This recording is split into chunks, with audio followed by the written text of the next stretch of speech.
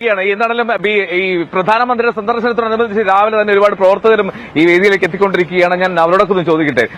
നമസ്കാരം, good morning. എന്താണ് പ്രധാനമന്ത്രിയുടെ വരവിൽ എന്താണ് പ്രതീക്ഷിക്കുന്നത് ബി.ജെ.പി. പ്രവർത്തകർ? ഒരുപാട് കാര്യങ്ങൾ പ്രതീക്ഷിക്കുന്നുണ്ട്. കാരണം ഇലക്ഷനുമായി ബന്ധപ്പെട്ട ഒരു അവസാന ലാപ്പിലേക്ക് നമ്മൾ എത്തുകയാണ്. അതിന്റെ ഒരു ഫൈനൽ ഇവിടുത്തെ സ്ഥാനാർത്ഥിയുടെ ഒരു പ്രഖ്യാപനം, ഇതൊക്കെ ഞങ്ങൾ പ്രതീക്ഷിക്കുന്നുണ്ട്. സ്ഥാനാർത്ഥി ആരാണെന്നുള്ളൊരു കണക്കുകൂട്ടൽ എന്താണ് പ്രവർത്തകർ എന്ന നിലയിൽ? ഒന്നും പ്രവചിക്കാൻ പറ്റാത്ത അവസ്ഥയാണ്. സസ്പെൻസ് അവർ നിലനിർത്തുന്നുണ്ട്. എല്ലാവർക്കും ഉണ്ട് ആ സസ്പെൻസ്. ഈ സസ്പെൻസ് നിലനിർത്തുന്നത് ഗുണം ചെയ്താണോ ഏട്ടോ? തീർച്ചയായിട്ടും ഗുണം ചെയ്യുന്നതാണ്.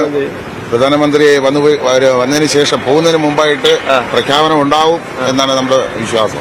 ഏതാണ്ട് 50,000-ഓളം പേര് പങ്കെടുക്കുമെന്നാണ് പറയുന്നത് അല്ലെ?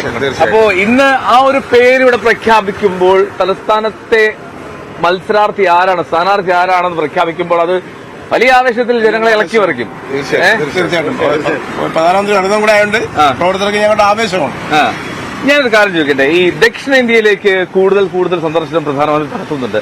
പ്രത്യേകിച്ചും ഇപ്പോൾ തെരഞ്ഞെടുപ്പ് വരാനിരിക്കെ ദക്ഷിണേന്ത്യയിലേക്ക് കൂടുതൽ ബി.ജെ.പിയുടെ സീറ്റുകളുടെ എണ്ണം കൂട്ടുക എന്നുള്ള ഒരു ലക്ഷ്യമൊക്കെ. അപ്പൊ നിങ്ങളുടെ ഒരു പ്രതീക്ഷയ്ക്ക് എന്താണ്? ഈ ഇത്തവണ സൗത്ത് ഇന്ത്യയിൽ കൂടുതൽ സീറ്റ് ബി.ജെ.പിക്ക് ഉണ്ടാവും?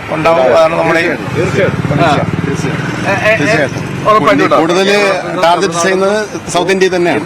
സീറ്റ് വരും. എന്തോ കേരളത്തിൽ നിന്നും തമിഴ്നാട്ടിൽ നിന്ന് എന്തായിരുന്നാലും ഇപ്രാവശ്യം താങ്കൾക്ക് സീറ്റ് വരും. തീർച്ചയായിട്ടും. അപ്പൊ കേരളത്തിൽ ഏറ്റവും പ്രധാനമായി നിങ്ങൾ കാണുന്നത് തൃശ്ശൂരാണോ തിരുവനന്തപുരമാണോ? രണ്ടും കുറഞ്ഞ ഒരു 5 സീറ്റെങ്കിലും പ്രതീക്ഷിക്കുന്നുണ്ട്. തന്നെയാണ് വിശ്വാസം. ഇത് രണ്ടും കിട്ടുമെന്ന് ഉറപ്പിക്കുന്നു. ഈ ഒരുപാട് പേരുകൾ ആദ്യം മുതൽ കേൾക്കുന്നുണ്ട് തിരുവനന്തപുരത്ത്. ഇപ്പൊ ആദ്യം കേന്ദ്രമന്ത്രി നിർമ്മല സീതാരാമന്റെ പേര് പറയുന്നു. ഇപ്പോൾ ഏറ്റവും ഒടുവിൽ കേന്ദ്രമന്ത്രി രാജീവ് ചന്ദ്രശേഖർ പേര് പറയുന്നു. സ്ഥാനാർത്ഥി ആരും ആയിക്കോട്ടെ തിരുവനന്തപുരം പിടിക്കുമെന്നുള്ള ഒരു ഉറപ്പാണോ? ഉറപ്പ് തന്നെയാണ്.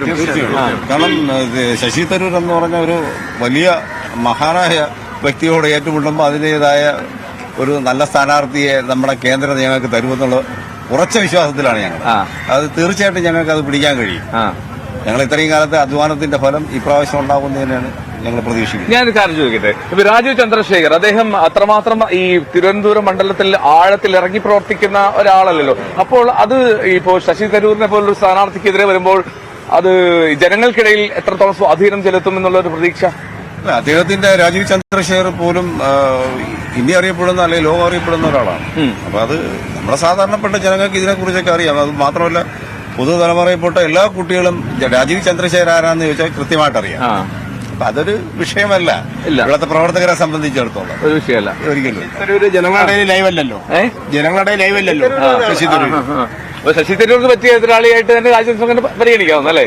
ധൈര്യമായിട്ട് പരിഗണിക്കാം. എന്നാൽ ഉറപ്പിക്കാൻ നമുക്ക് കാത്തിരിക്കാം. നിങ്ങൾക്ക് എവിടെ നിന്നാണ് വരുന്നത്? ഞാൻ പോത്തൻകോട്.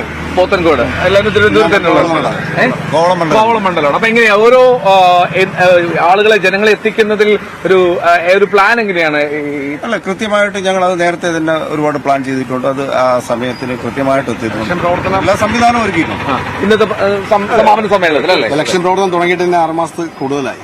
6 മാസം ഏകദേശം ഒരു വർഷമായി ഇലക്ഷന്റെ പ്രവർത്തനങ്ങൾ ആരംഭിച്ചിട്ട്. അപ്പൊ അതിന്റെ ഒരു പ്രതിഫലം എന്തായാലും ഇത്തവണ ഉണ്ടാകും പ്രതീക്ഷയാണ്. പൂർണ്ണ വിശ്വാസമാണ്. ആണല്ലേ? അപ്പോ പ്രധാനമന്ത്രി 10-ഓടുകൂടി തിരുവനന്തപുരത്ത് എത്തുന്നു. ജനങ്ങൾ പ്രവർത്തനം എപ്പോൾ മുതൽ എത്തിത്തുടങ്ങും ഇവിടത്തേക്ക്? 9 മണിയോട് എത്തിത്തുടങ്ങും അല്ലേ?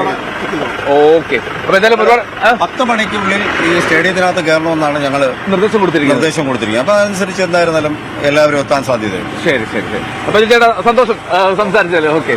അപ്പൊ എന്തായാലും ഇവർ പങ്കുവെച്ചതുപോലെ പ്രധാനമന്ത്രി എത്തുന്നു, പ്രധാനമന്ത്രി സ്ഥാനാർത്ഥി പ്രഖ്യാപനം നടത്തുന്നു, അത് ജനങ്ങളെ ഇളക്കി മറിക്കുമെന്നുള്ളതാണ്. ഞാൻ വി വിനോദിലേക്ക്